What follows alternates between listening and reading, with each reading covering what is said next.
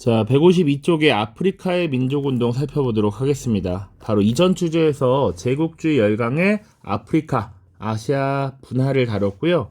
사실 교과서 순서대로라면 원래는 중국의 근대화 운동, 그리고 일본의 근대화 운동, 그리고 이제 인도, 그리고 동남아시아,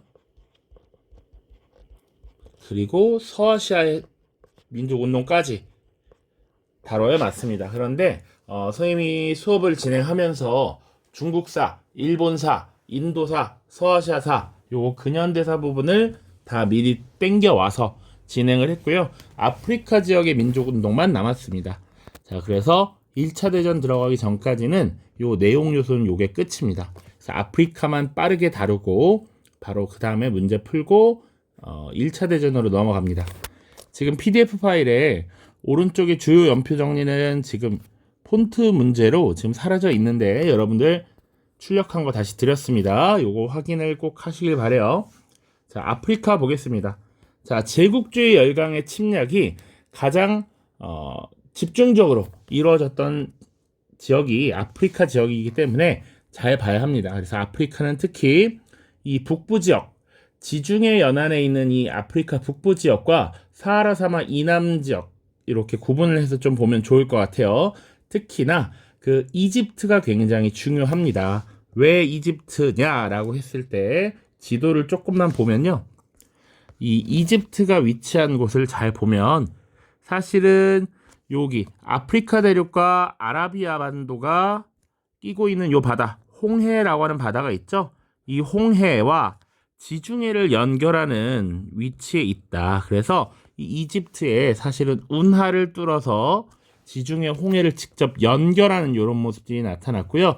그래서 과거에 이렇게 돌아서 인도 지역으로 이동하던 것을 바로 이렇게 이동할 수 있게 되었기 때문에 이 자체가 굉장히 큰 의미가 있었다.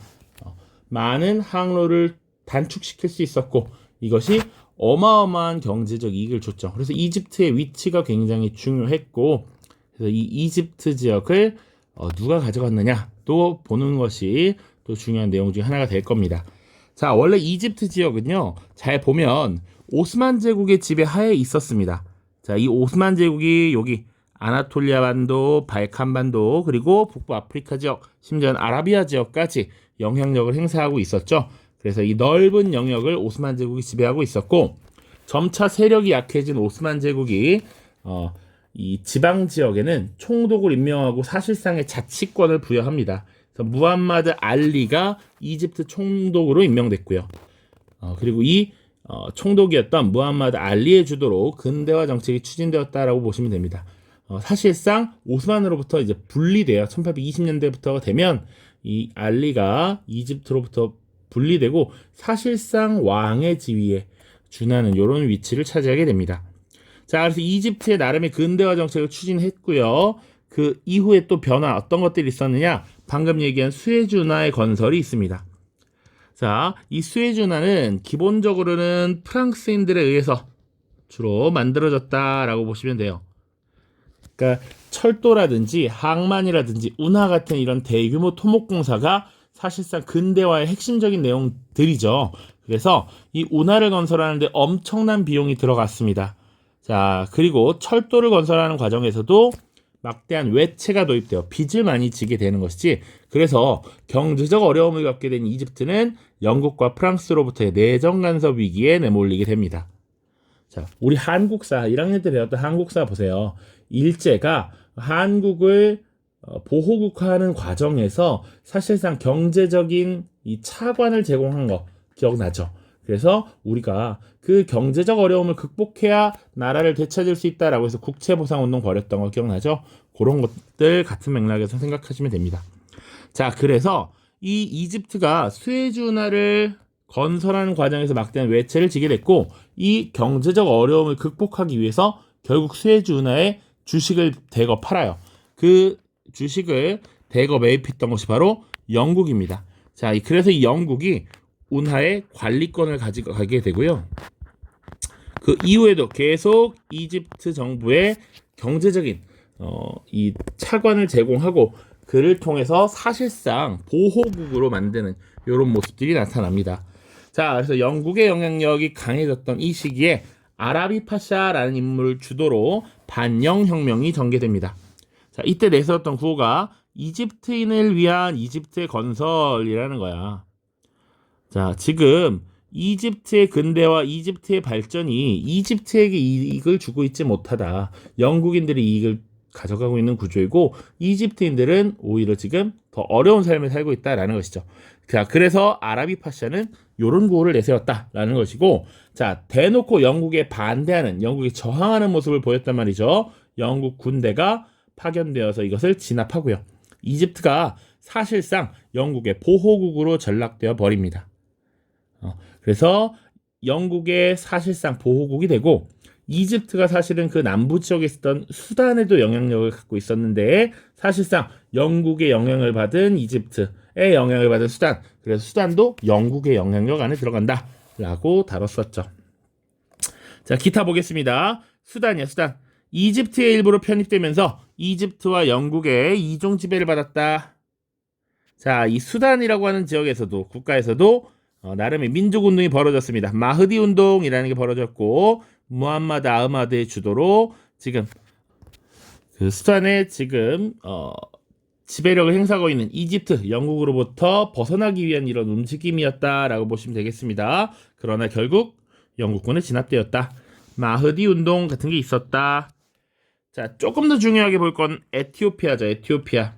우리 이거 이탈리아 다룰 때 얘기했습니다. 자, 에티오피아는 유일하게 당시 아프리카에서 독립국의 지위를 유지했다라는 것이죠. 라이베리아와 함께. 자, 이 독립국을 유지했던 에티오피아 보죠.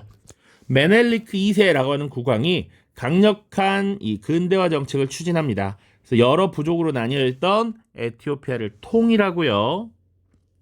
그리고 철도, 학교를 설립해서 근대 교육을 추진합니다. 자, 그리고 신식 군대를 창설하고요. 서구 열강으로부터 무기를 구입함으로써 군대를 재편성하면서 군비를 증강했죠. 그러니까 강력한 군비 확장 정책, 군사력 증대가 자신들을 지키는 힘이라는 것을 깨달았던 겁니다. 자, 그래서 당시 아프리카가 유럽 세력의 침략을 받으면서 식민지화되고 있었는데 이 에티오피아는 이탈리아의 공격을 막아냈다라는 전혀 다른 결과를 내는 것이죠. 자, 아도와 전투라고 하는 것에서 이탈리아의 공격을 막아냈다. 그리고 독립을 유지하는데 그 독립을 유지하고 인정하는 조약의 이름이 아디스아바바 조약입니다. 자, 물론 이탈리아 설명할 때 했지만 이때 독립을 유지했으나 1935년 이탈리아에 파시스트 무솔리니가 집권을 한 이후에 다시 한번 침략을 하게 되고요. 이때는 결국 함락당하게 되죠. 물론 이탈리아가 약 7년 뒤, 8년 뒤에 망하기 때문에 다시 곧 나라를 되찾게 됩니다. 자, 그래서 이 에티오피아는 기본적으로 자유의 소중함에 대해 잘 깨닫고 있어요. 이 제국주의 열강들과 싸워가면서 자유의 소중함을 알고 있어. 그래서 한국전쟁, 6.25 전쟁이 있었던 1950년 북한이 우리를 침략해 왔을 때 자유를 지키는 것이 중요하다라고 하면서 에티오피아 왕실의 근위대를 우리 6.25 전쟁에 파견했던 경험도 있죠. 자, 그 정도 보시겠습니다. 자, 줄루 왕국 남아프리카 지역의 소왕국이었고요. 당시 국왕 샤카 줄루가 부족을 통합하면서 왕국을 건설했고 이 과정에서 검은 나폴레옹이라는 별칭을 얻기도 했습니다. 자, 그리고 영국군의 침략을 받아서 맞서 싸워 이긴 전투가 있습니다. 이산드라나 전투라는 것이 있고요. 이산드라나 전투에서는 승리를 했지만 이때 패배했던 영국군이 재정비를 하고 병력을 증강해서 다시 쳐들어오면서 결국 패배하였다. 그러나 이 당시 세계 최강대국이었던 영국의 침략을 한 차례 막아낸 것 자체로도 어마어마한 성과였죠. 대단하다라고 알려져 있습니다. 자, 그리고 남서아프리카 지역의 나미비아입니다. 독일의 지배에 맞서서 헤레로족이 봉기를 일으켰고 결국 독일군의 이런 무자비한 진압에 의해서 학살을 당하는 경우가 많았습니다. 그래서 이 헤레로족의 봉기와 관련돼서 밑에 있습니다. 1904년 쭉 나와 있으니까 한번 읽어보시면 좋을 것 같아요. 자, 이제 영상 마무리하겠습니다. 자, 여기 연표는요, 지금 다 빠져 있지만 실제로 중요한 주제들을 중심으로 정리를 했으니까 한번 꼭 살펴보시길 바랍니다. 요걸 가지고 출제도 충분히 할 수 있다. 특히 개인적으로 선생님이 생각하기에 이 19세기 근현대사를 가지고 출제가 많이 되고 있다. 연표. 어렵게 나오면 항상 이 파트가 나옵니다. 19세기부터 20세기 초까지. 그러니까 요거 잘 갖고 계셔라 라고 하는 것 하나 팁으로 드리고요. 문제풀이에서 보겠습니다. 안녕.